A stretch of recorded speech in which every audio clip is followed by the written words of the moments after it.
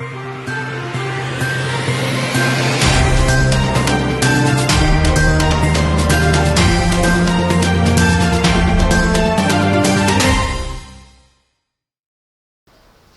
आदाब। टीवीजे मीडिया में आपका स्वागत है। मैं हूं सैयद नजीर। चुनावी रणनीतिकार प्रशांत किशोर अक्सर अपने बयानों या यूं कहें कि अपने बड़बोलेपन के लिए चर्चा में रहते हैं। कभी कभी ऐसी बातें बोल जाते हैं जो किसी के गले नहीं उतरता। लोकसभा चुनाव के वक्त भी प्रशांत किशोर के कई ऐसे बयान थे जिससे उनकी काफी छिछालेदार हुई और अपने बयानों के लिए उन्हें पीछे हटना पड़ा या उन्हें माफी मांगनी पड़ी। वो आदमी जाकर मुख्यमंत्री बने रहने के लिए देश भर के सामने मुख्यमंत्री होकर पैर छू रहा है, ये कितने लज्जा की बात है। अरे पैर छूने के लिए तैयार हैं हम लोग, मोदी जी का 4 बार पैर छुएंगे। बिहार में ये सुनिश्चित करो कि प्रशांत किशोर के कई ऐसे बयान आपको सुनवाएंगे जिससे आपको अंदाजा हो जाएगा कि प्रशांत किशोर कितने बड़े बयानवीर हैं।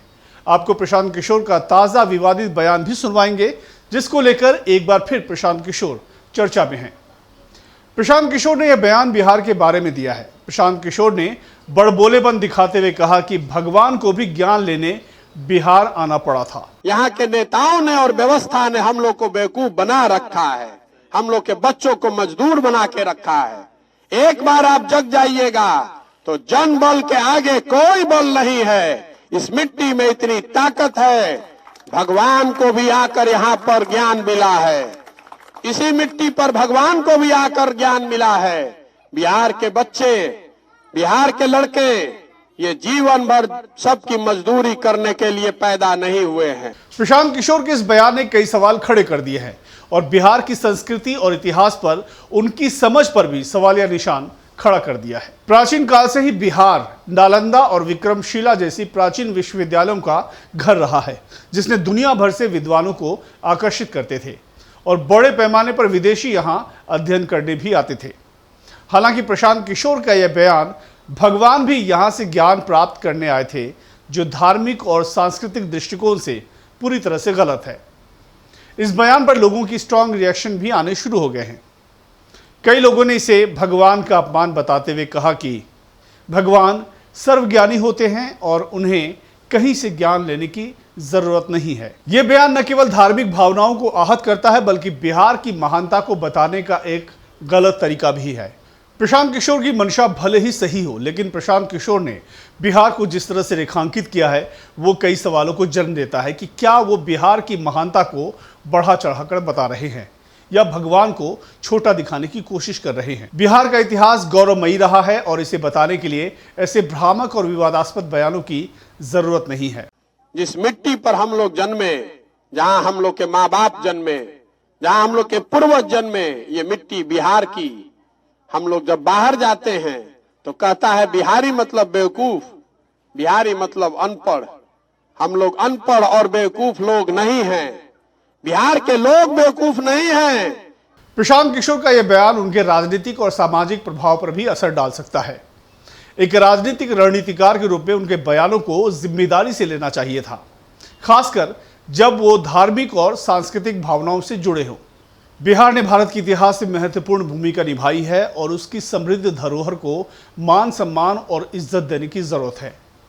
ऐसे बयान जो धार्मिक और सांस्कृतिक भावनाओं को आहत करते हैं, गैर जरूरी विवाद पैदा करते हैं और बिहार की सच्ची महानता को दर्शाने में नाकामी दिखाते हैं, ऐसे बयानों से बचना चाहिए। बिहार को महान बनाने के लिए लॉजिकल और सम्मानजनक नजरिया अपनाना चाहिए, न कि ऐसे विवादास्पद बयानों का सहारा लेना चाहिए।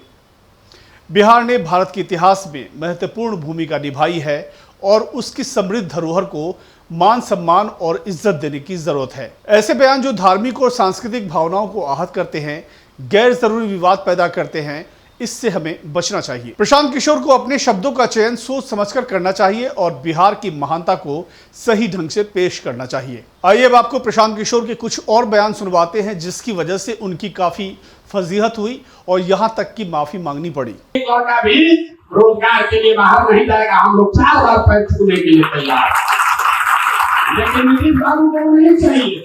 लोकसभा चुनाव 2024 के दौरान भी कई ऐसे बयान थे, कई ऐसी भविष्यवाणी थी जो पूरी तरह से झूठी साबित हुई। जिसके बाद प्रशांत किशोर को यह कहना पड़ा कि अब वो कभी भविष्यवाणी नहीं करेंगे। प्रशांत किशोर घाट घाट का पानी पी चुके हैं। लोकसभा 2014 के चुनाव के वक्त प्रशांत किशोर प्रधानमंत्री नरेंद्र मोदी के रणनीतिकार के रूप में भी काम कर चुके हैं। कहा जाता है कि प्रशांत किशोर की रणनीति ने ही पीएम मोदी को पहली बार प्रधानमंत्री की कुर्सी तक पहुंचाया। लेकिन प्रशांत किशोर की महत्वाकांक्षा ने ही उनको डुबो दिया और पीएम मोदी से ही राहें जुदा हो गई। बिहार के मुख्यमंत्री नीतीश कुमार के भी चुनावी रणनीतिकार बने, लेकिन यहां भी उनके महत्वाकांक्षा ने उनकी दाल नहीं गलने दी। कांग्रेस और राहुल गांधी से भी जुड़े, लेकिन वहां से भी उन्हें उल्टे पैर वापस भागना पड़ा। प्रशांत किशोर की महत्वाकांक्षा इतनी बढ़ गई थी कि उन्होंने सीधे राजनीति में उतरने का फैसला किया और जन स्वराज पार्टी की स्थापना की। उसके बाद प्रशांत किशोर लगातार कई दलों के राजनेताओं पर हमलावर रहे।